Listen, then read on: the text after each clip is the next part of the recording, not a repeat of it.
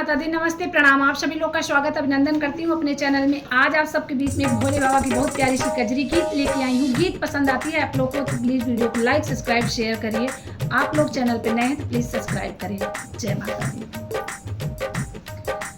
भोला वासे करे काशी में गौरा पार्वती के साथ। भोला वासे करे काशी में गौरा पार्वती के साथ। रिम झिम सावन बरसे चमके गगन बिजुलिया ना। भोला वास करे काशी में गौरा पार्वती के साथ। भोला वास करे काशी में गौरा पार्वती के साथ। माथे भोले के चंदा सोहे गंगा मार लहरिया ना। भोला वास करे काशी में गौरा पार्वती के साथ। भोला वास करे काशी में गौरा पार्वती के साथ। हाथ भोले त्रिशूल सोहै डम डम डमरू बाजे ना। भोला वास करे काशी में गौरा पार्वती के साथ। भोला वास करे काशी में गौरा पार्वती के साथ।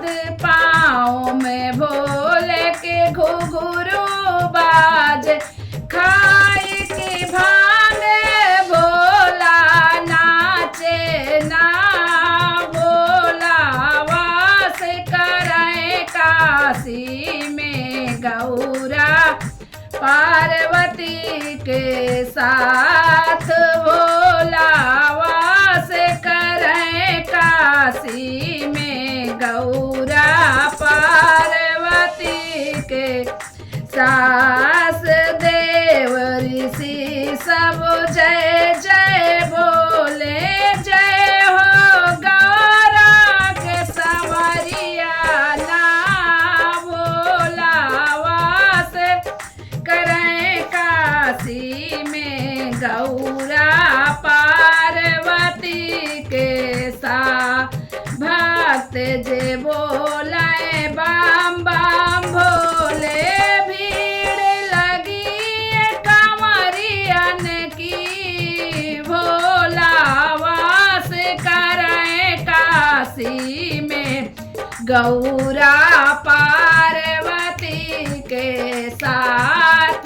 भोला वास करे काशी में गौरा पार्वती के साथ। आंग शिव जी भभूति लगाए पहिरे मृग के छाल। गौ भोला वास करे काशी में गौरा पार्वती के साथ। भोला वास करे काशी में गौरा पार्वती के साथ। नंदी सवार होय के भोला जब निकले। नंदी सवार होय के भोला जब निकले। लग जाए ना उनको नजरिया।